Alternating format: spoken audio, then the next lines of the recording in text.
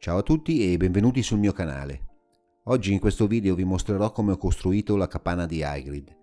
Per realizzare questo diorama mi sono ispirato alla casa che appare nei film dedicati alla saga di Harry Potter, anche se ho cercato di personalizzarla un po' sia nel progetto generale che in alcuni dettagli, seguendo un po' il mio gusto e la mia fantasia. Bene, ma adesso andiamo subito ad incominciare con la costruzione. Ho iniziato disegnando e stampando delle dime, che poi ho incollato su del cartoncino da 2 mm di spessore.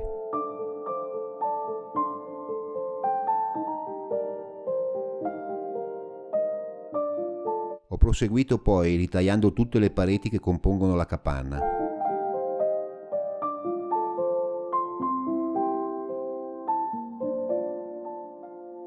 A questo punto ho iniziato ad incollare le pareti sulla base, per formare tutta la sagoma su cui poi incollerò i mattoncini di polistirene per simulare un muro in pietra. Praticamente la capanna è formata da 2 esagoni incastrati fra loro. Inoltre le pareti hanno una forma leggermente piramidale, per far sì che la capanna sia più larga alla base e più stretta man mano che sale verso il tetto.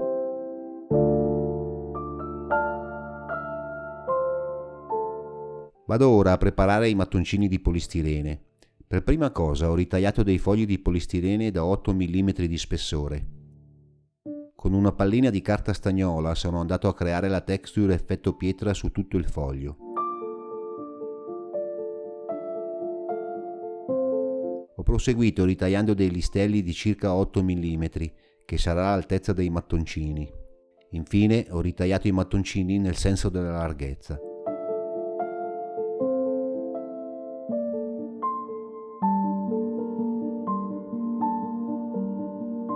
A questo punto, armandomi di pazienza, sono andato a posare i mattoncini uno a uno. Ho ritagliato dei mattoncini anche di grandezze diverse, in modo da riuscire a creare una posa con pietre di varie misure, per dare al muro un aspetto più rustico e irregolare.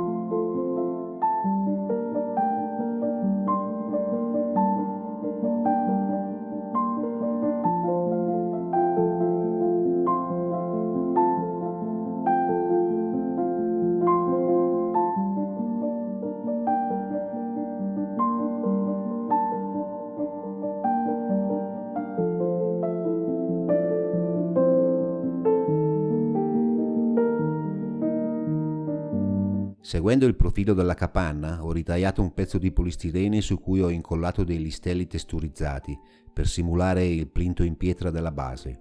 Vado ora a costruire dei contrafforti a livello delle porte per creare l'entrata della capanna.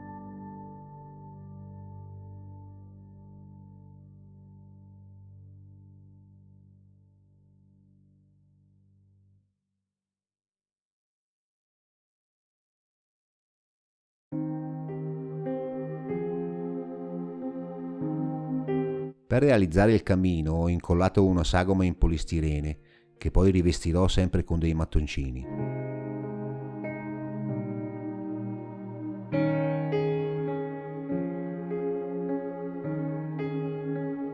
Vado ora a costruire il tetto. Mi sono disegnato ancora delle dime, che poi ho ritagliato per formare la struttura interna del tetto.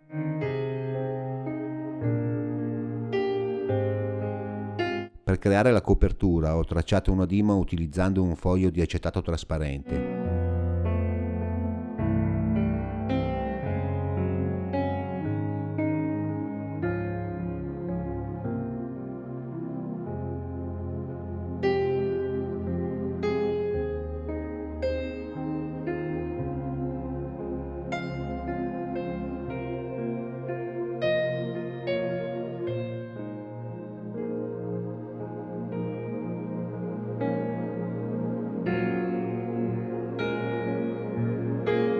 Per coprire la zona dove i 2 tetti si incastrano, sono andato un po' a tentativi, cercando di far combaciare tutti i profili. Per preparare le tegole ho ritagliato dei fogli di polistirene da 2 mm di spessore. Poi ho creato una texture effetto legno utilizzando uno spazzolino di metallo e uno stuzzicadenti. Ho tagliato dei listelli di circa 8 mm di larghezza. Infine ho proseguito tagliando le singole tegole nel senso della lunghezza.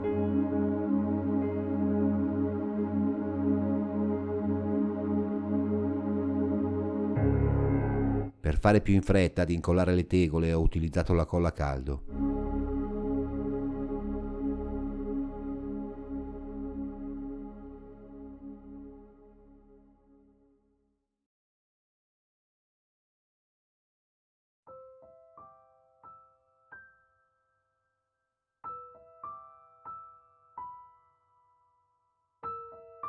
Per creare i colmi del tetto ho utilizzato un listello di polistirene.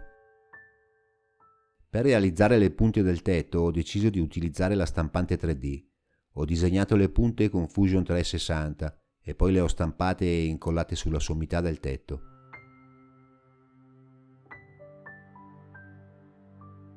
A questo punto ho iniziato ad occuparmi della base, che realizzerò utilizzando un pezzo di polistirene da 5 cm di spessore. Sono andato a posizionare la casa sulla base e a tracciarne il perimetro. Dopodiché sono andato a scavare col taglierino su un lato della base, in modo da creare un leggero pendio.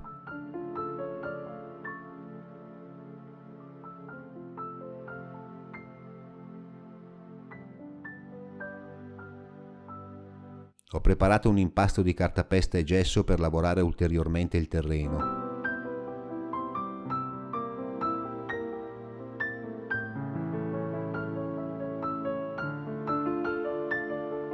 Sono andato anche a posizionare i gradini dell'entrata.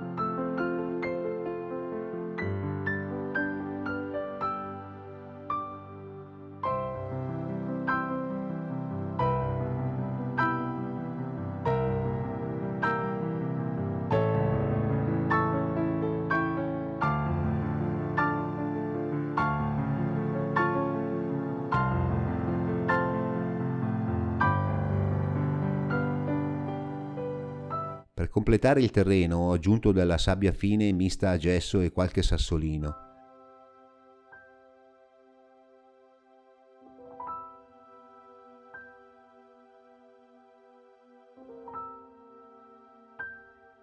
Per fissare bene il terreno anche in superficie ho aggiunto della colla vinilica diluita con molta acqua.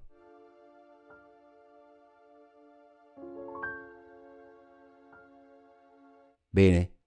A questo punto la fase di costruzione si può dire terminata. Inizio ora con la pittura. Per prima cosa sono andato come sempre a dare una mano di fondo, utilizzando del colore acrilico con l'aggiunta di colla vinilica.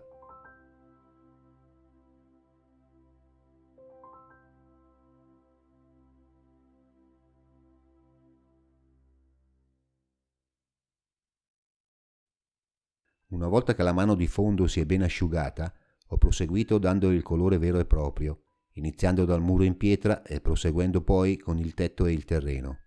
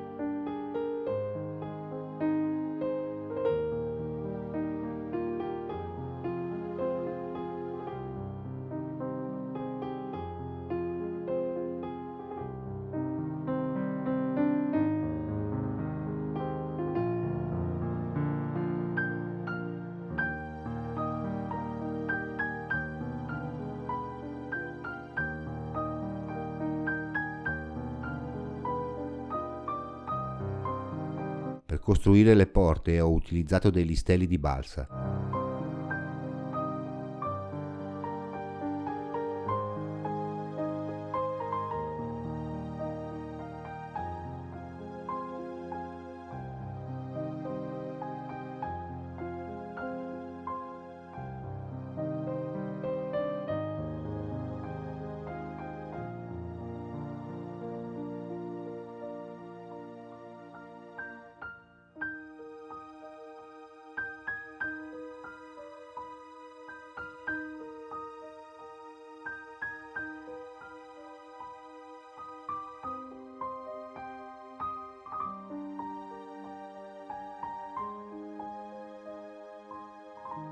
Sono andato poi a creare un po' di umidità e sporco e allo stesso tempo anche ad esaltare le ombre, utilizzando queste lavature della Citadel.